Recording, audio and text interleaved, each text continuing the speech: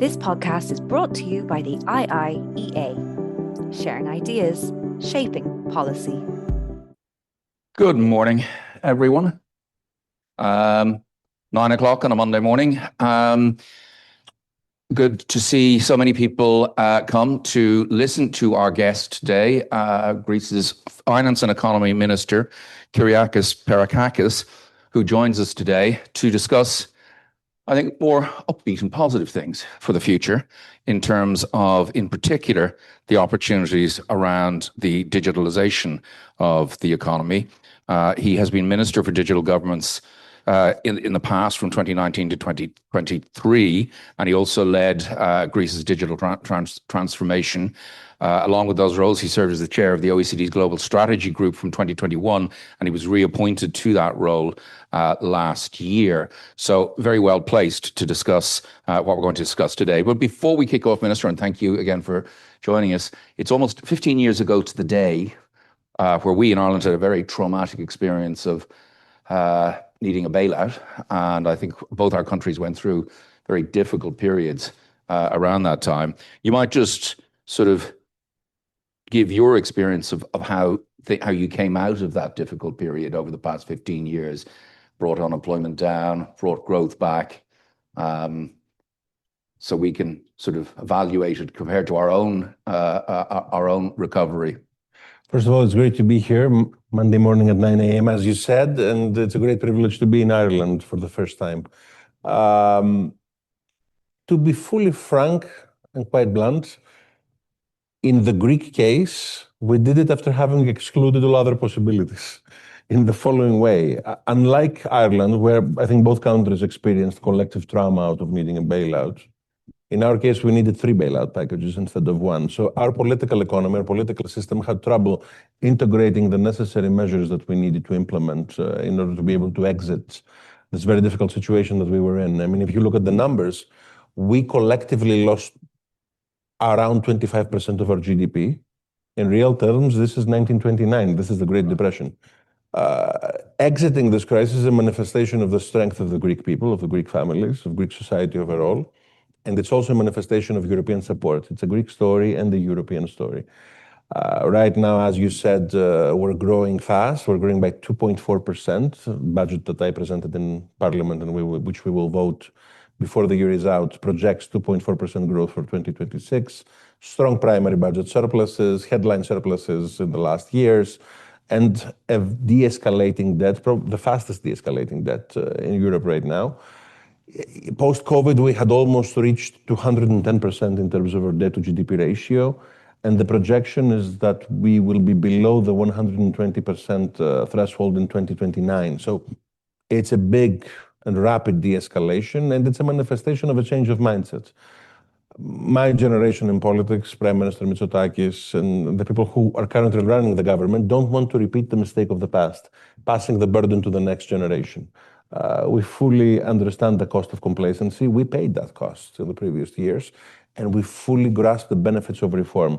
This is happening, I would say, this positive change in Greece, in a policy mapped by a triangle. Part of it is reform, more than 100 reforms in the last years. Digitization being perhaps the most popular of those reforms because it reduced administrative burdens. A healthier banking system, reducing the non-performing loans in our banking system, and getting our fiscal house in order, producing surpluses instead of deficits, implementing EU policy. But the core change that the society needs to achieve, a change which is obvious in Dublin, but I would also say it's obvious in Athens now as well, is this change of mindset, understanding that you need to be fiscally prudent and to have a growth mindset at the same time. And I think this is something that in different ways, because every national pathway is at the end of the day different, there is a commonality in this. Both countries want to succeed moving ahead. And in terms of that change of mindset, are people more willing to have a more informed conversation about all areas of economic policy these days? Absolutely. And they want to see, I would also add, the benefits of growth, because again, we started from a rebound, but in effect, it's a reset.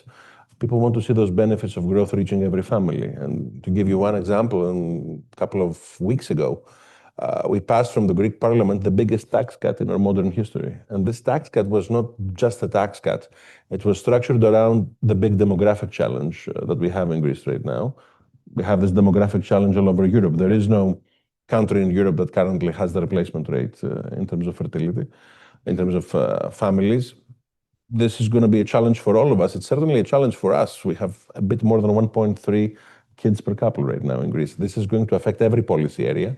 So we figured that we wanted to structure our tax cut around supporting families, around supporting young adults entering the labor market, around eliminating real estate taxes in villages in Greece, and not focusing, I would say, primarily in big cities, focus more on the villages, on what we call the periphery throughout the country.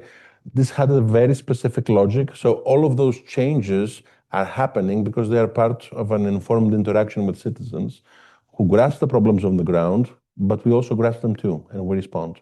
Good. Well, from moving challenges to opportunities, the opportunities with the transformation to the digital economy are enormous. One fact that I think people don't know as much as it might be known is that now in Europe, across the EU, 1 in 20 workers are information communication technology specialists. It's grown from 6 million to 10 million over the past decade. And I often think we sometimes allow ourselves to buy into maybe an American narrative that we've all just become a museum continent and that we don't really, we're not producing new ideas and we're not at the cutting edge. Certainly we don't have the huge American companies that in the tech space, but certainly there's plenty going on in the tech world in Europe. We know that here. Maybe share some of your more sort of positive, optimistic developments in Greece in terms of the advantages and the opportunities there. I would say that there are many things that need to happen at once in order to grasp the potential of digital transformation and innovation, because those are elements of the same story, but different elements themselves. One core element is how you transform your state and your government. And transforming it is not a digital story. It uses digital means, but in reality, again, it's a mindset change. Governments, countries, states haven't been designed really. They have occurred as an accumulation of thousands of policies decided upon by policymakers historically, from different governments, different parties, etc. But this fundamentally means that at the end of the day, if you look at how governments serve citizens, they are quite bureaucratic in most places in Europe. Estonia, for instance, is the vividly different story, the opposite story, because everything happens digitally and automatically from work or from home. But in most other places, when you need to interact with your government, you typically need to visit 5 different public services, 7 different public services physically. This, for us, presented a challenge because arguably in 2019, we had the most bureaucratic country in Europe. We hadn't solved that in the difficult years. So we decided to create a digital ministry, a new ministry. We endowed that ministry with specific powers, to be able to interoperate data sets, to be able to redesign what we call life events. And we ended up simplifying bureaucracy a lot, and we ended up offering public services through one single platform in Greece, gov.gr, which is considered to be one of the most popular reforms in the history of our country. So part of the narrative is, how do you transform your government? And this is not necessarily a very technologically sophisticated story. It's not necessarily about asking the question, what can we do about AI in Ministry A or in Country B? That's the wrong question to ask. The right question to ask is, how can I change the way I serve my citizens? How do I introduce service design parameters in government policy? And I can use technological solutions to provide them better. But that doesn't necessarily involve machine learning or LLMs or AI-driven solutions. It can be a simple SMS. It can be a very simple technological solution in the provision. Again, mindset change. You design policy, you typically have an economist in the room. You typically have someone who understands public law in the room. You need someone who understands technology in the room too. That's lesson A for me. Lesson B is, how do you develop an innovation-driven economy? How do you grow startups in Europe? How do you link that with your university system? How do you fund them? How do you leverage the capabilities of the single market? And this is pure Draghi. This is the Draghi report. This is removing the barriers that exist between the member states of the European Union. This is reduction of administrative burdens domestically, reduction of burdens that exist between the member states of the EU. At some point, at the growth stage of those companies, be they Irish or be they Greek, you will probably need a non-European investment bank to help you, which is not necessarily bad, but it shouldn't be necessary. It shouldn't be a necessary ingredient of the growth phase. You should have your full economic destiny potentially achieved at the continent. So in order to achieve that, we come to the core debates that are currently happening at the Eurozone level and at the EU level. Simplification, savings and investment union, digital euro in the innovation economy around the financial system, all of those topics taking place at once, plus domestic policies, which here in Ireland have been very successful. I think every country in the EU has a lot to learn from Ireland with regards to how you managed to attract technological players in Ireland in the previous years, which had a strong tax element, but also I would say a state that works element. You attracted them because your government, your state works well. We tried to learn from that example. In the Greek case, for instance, we tried to attract hyperscalers in Greece in the previous years. And in our case, I would argue and I would add that it was a little bit more difficult to do because in 2019, Greece was in the 301 list of the US Secretary of Trade. And when people asked me in Greece, what is the 301 list of the US Secretary of Trade, I replied, fundamentally, it's a list that you don't want to be on. We exited that list because we weren't paying software licenses up until 2019. We exited that list and we passed a single piece of regulation, a single piece of law, rendering the Greek state a client of the public cloud, saying that we're transitioning everything to the public cloud with specific GDPR rules, with specific regulations, but with a growth mindset, unless we have a specific national security concern or something else. But even that signal and that catalyzation of change at speed and the density of time showcased leadership on that front and convinced our international partners to invest. And you've picked up on two things that I want to come to, savings and investment union and the security dimension of it. But before that, in this major change, were you focused on citizens, individuals, or was the change businesses as well, or both, in terms of that interface between the state and... It's both. And I would say it's both. You begin from a citizen-centric basis. But in reality, the change of mindset here is you need to make it citizen-centric and business-centric, not state-centric. And typically, the way we understand government policy, the way we even speak about it, is not citizen or business-centric. We speak using the language and the vocabulary of the state, of our governments. Ministry A is doing this, Ministry B is doing that.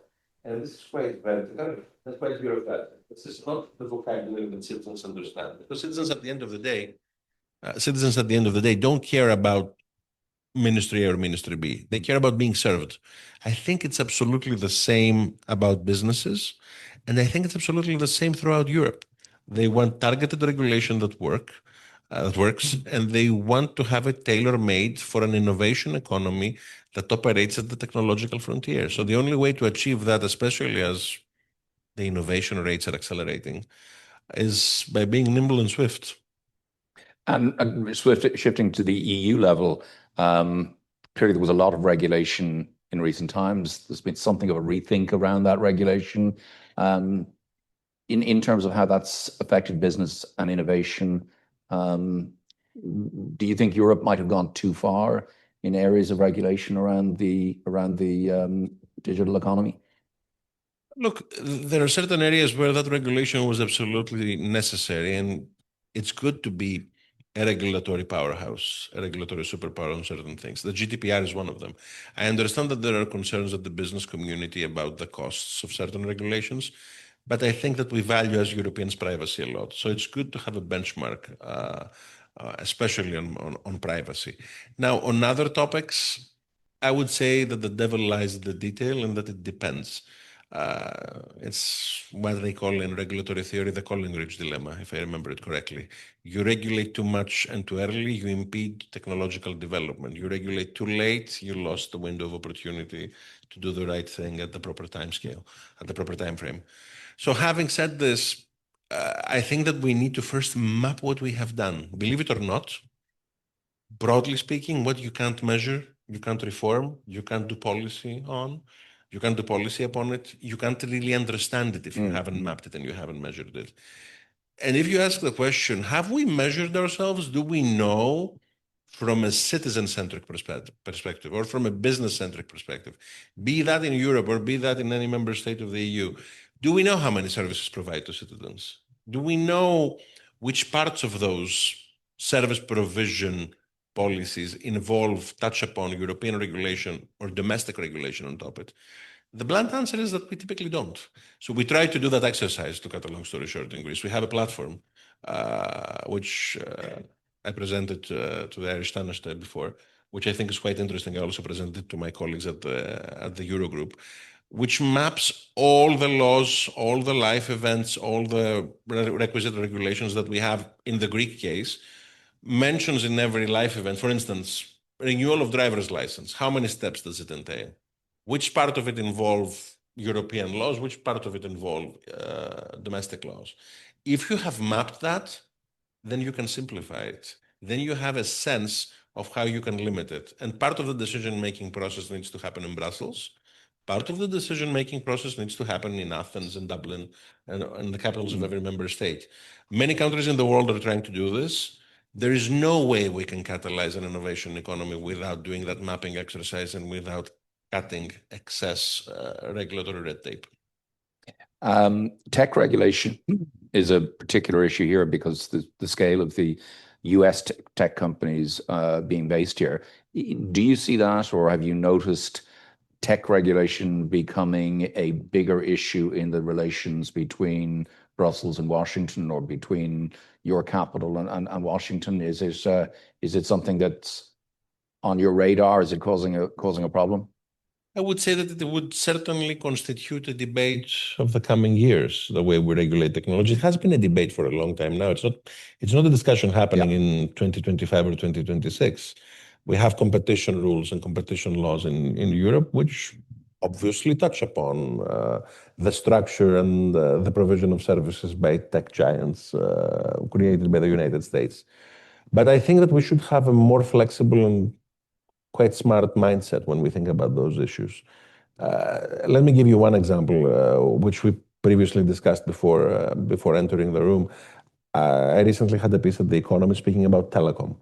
And on telecom, we have two European players, Scandinavian players, who were affected, perhaps in a positive manner, by the broader technological competition happening in the previous years on behalf of the first Trump administration.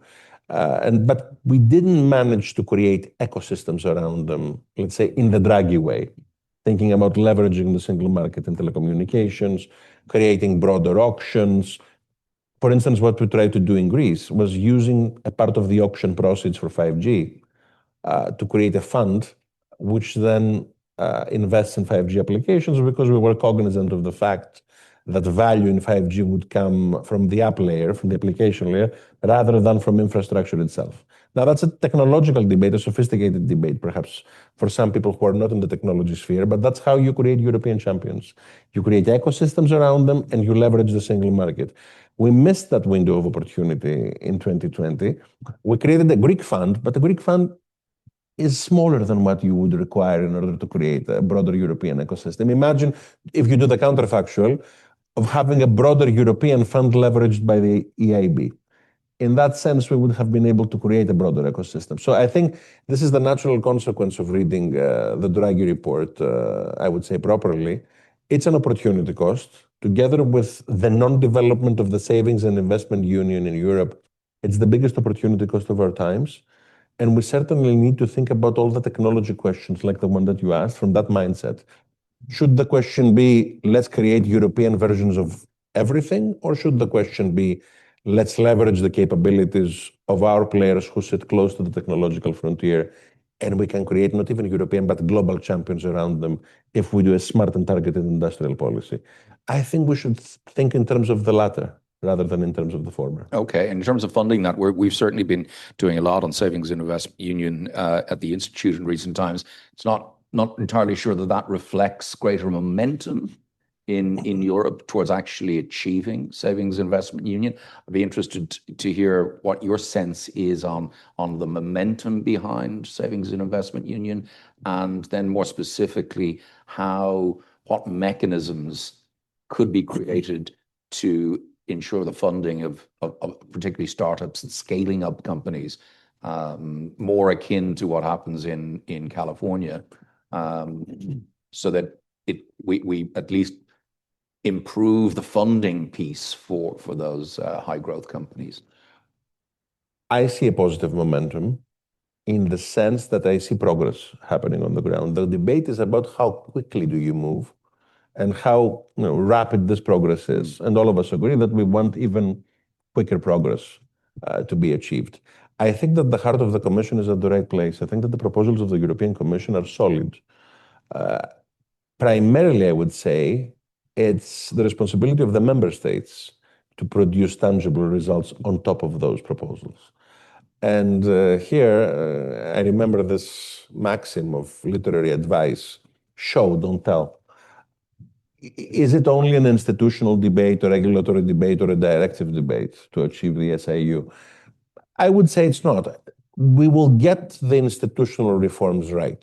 We will deliver them. It will be a debate whether or not we will be delivering them in 2, 3, 5 years, but the delivery will happen. It's also a question of mindset, of thinking in terms of creating cross-border champions, European champions, cross-border M&As. And the reason I said show, don't tell, is a function of the line of thinking that capitalists like Athens have. We learned from the experience of places like Dublin, and we decided that we wanted Euronext to obtain the stock exchange in Greece. It was a private decision, but it was a decision that my government supported because we wanted to be part of a broader liquidity pool. We wanted to be part of a broader European story. I recently heard Chancellor Merz saying that Europe should have a single stock exchange. We adhere to that viewpoint. We agree. But those decisions, which do not only touch upon the stock exchanges of Europe, they touch upon the banking systems of Europe. Again, we recently had a cross-border M&A. UniCredit decided to increase their stake in Alpha Bank, one of our 4 systemic banks. We were again positive in that development because we would view it as non-commensurate with saying that we're pro-SIU if we weren't. So we understand that we need that scale. Scale will be achieved by institutional reform. Scale will be achieved by those types of specific cross-border M&As happening on the ground. And governments like ours should be supportive of them. But is the banking system really where we need to be focused on? Is the problem for Europe, or what's your diagnosis of the problem in terms of why we haven't created more big tech companies? Is it because of funding? Is it because of the regulatory burden in Europe? Is it because of the tax system? Is it the labor market? It's a function of many things. But even if you think in terms of banking, we typically think in terms of the classical banking parameters. We should also look at the technological investments of banks. And if you look at the technological investments of European banks right now, I would simply say, put them down on a PowerPoint and compare them to the technological investments of American banks or Chinese banks. And there you have a technology policy story as well. And this has the potential to upend the overall banking system if we don't do the requisite technological investments in a swift and nimble manner as well. But with regards to the broader technological story, I would say it's a function of many things. It's a function of how quickly you produce innovative ideas through the research labs of your countries and the university systems of each country in Europe. It's a function of having the proper funding capabilities, be they from the banking sphere, be they from venture capital funds being created in Europe. But even from that standpoint, we are a bit fragmented. And we shouldn't be. That's why we need that single market scale. At the end of the day, this involves a decision. Are you going to have 27 efficient markets or 1? We need 1 efficient market to be able to grow and create those champions, those technological players at scale. And in Greece, one of the best stories of the last 15 years during the crisis, because as you said, it's 2025. In the Greek case, it was a similar period that we required our first bailout. And we vividly remember that. It's collective trauma, it's national trauma. And I think we have learned the lesson of that experience. But in the Greek case, one of the good stories of the Greek crisis was that the European Investment Bank, through the European Investment Fund, created a series of small targeted venture capitals and angel investor funds, which catalyzed the creation of startups in Greece for the first time. We have our own unicorns, we have started developing them.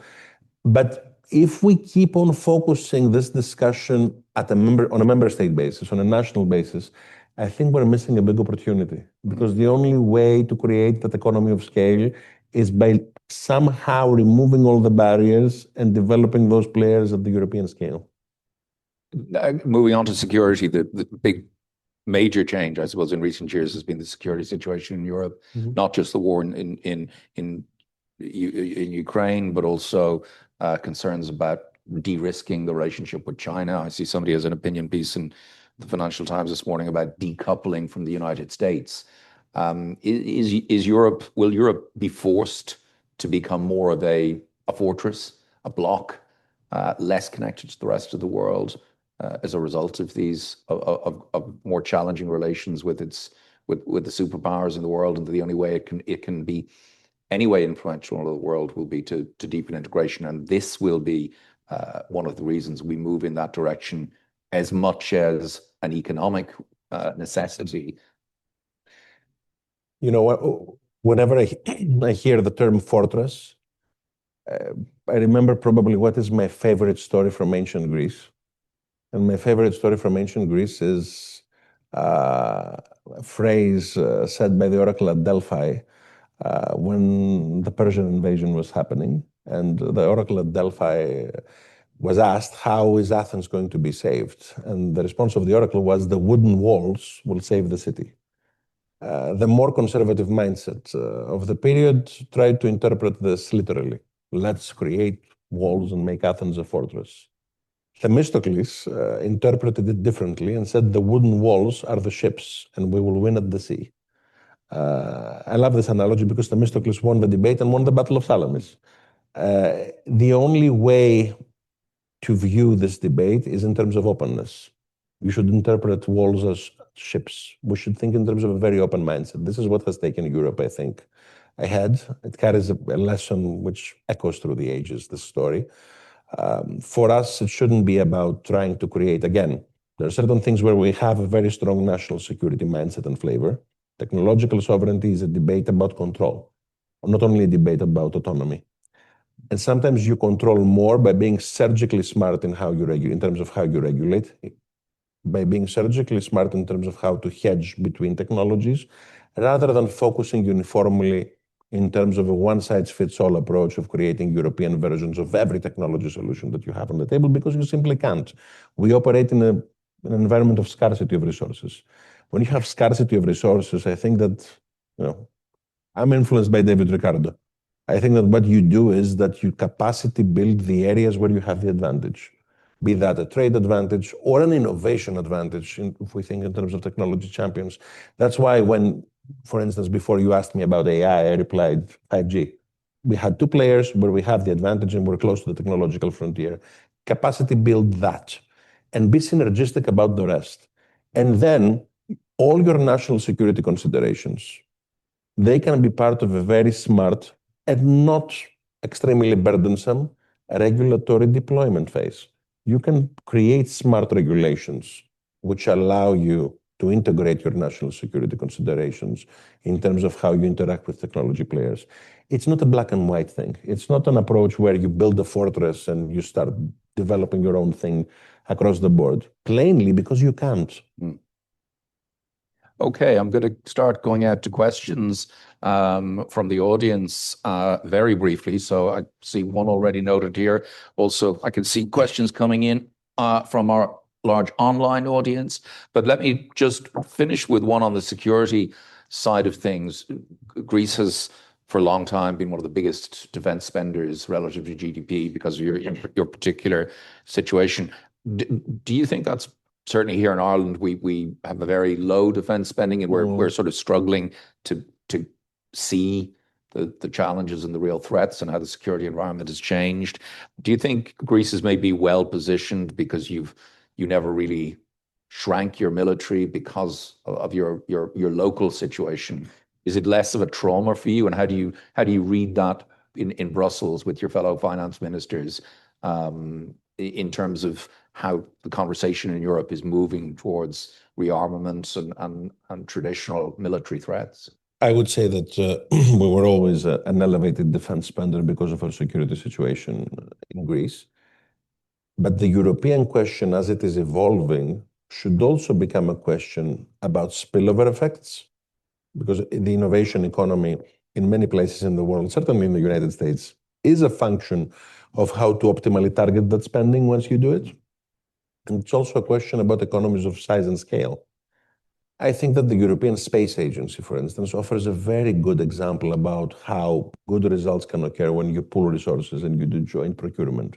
I experienced that through the European Space Agency in microsatellites programs. So we can certainly pool certain resources together and be non-repetitive in terms of what we procure and what we do in certain parts of Europe, perhaps even across all Europe.